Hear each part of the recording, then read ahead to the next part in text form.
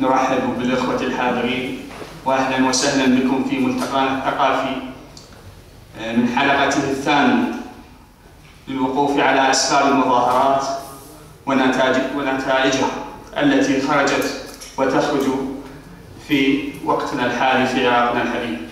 إذ يمر بلدنا العراق اليوم بحالة من الضيق السياسي والخدمي والأمني، مما سبب حالة من الغليان الشعبي في الشارع، وكانت لهذه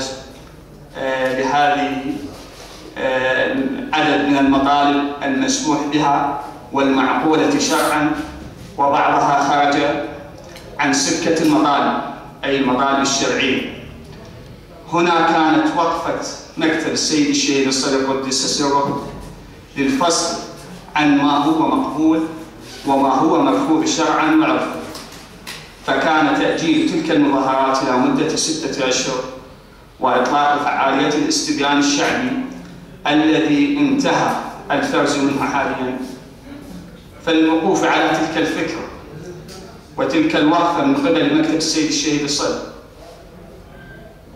كان سماحة الشيخ صادق الحسناوي باحثنا الجليل، ومن خلال بحثه المختصر طبعا سوف يشخص لنا تلك التساؤلات عن أسباب الدعوة إلى تأجيل المظاهرة حاليا وما هي فكرة الاستبيان. فليتفضل مشكور.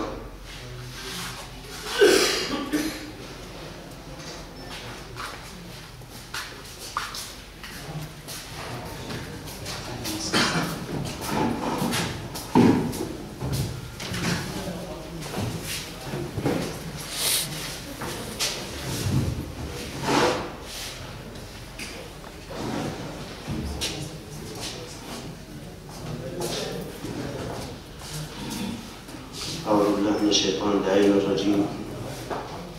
بسم الله الرحمن الرحيم. الحمد لله رب العالمين، وصلى الله على محمد وآله الطيبين الطاهرين، ولعنة الدائمة على أعدائهم أجمعين من يومنا هذا إلى يوم الدين.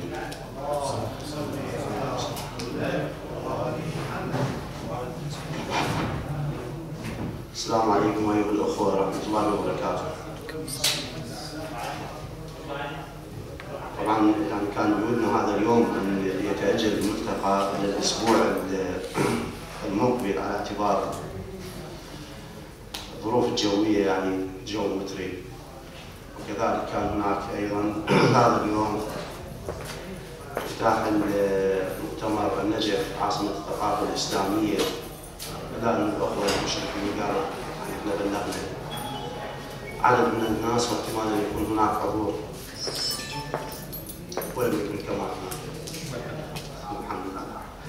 بالحقيقة يعني المبادرة اللي أطلقها سماحة السيد القائد مقتدى الصدر دام عزه هي ليست دعوة يعني كما تفضل جناب السيد إلى تأجيل المظاهرات والاحتجاجات ل6 أشهر، وإنما يعني مبادرة إلى منح الحكومة فرصة، مبادرة إلى أن تمنح الحكومة فرصة،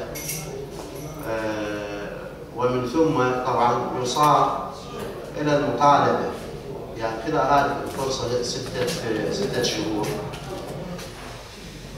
ممكن أن تكون كافية في تشريع الكثير، يعني ممكن أن تكون كافية يعني 6 أشهر في تشريع قوانين العدالة الاجتماعية، ممكن أن تكون يعني 6 شهور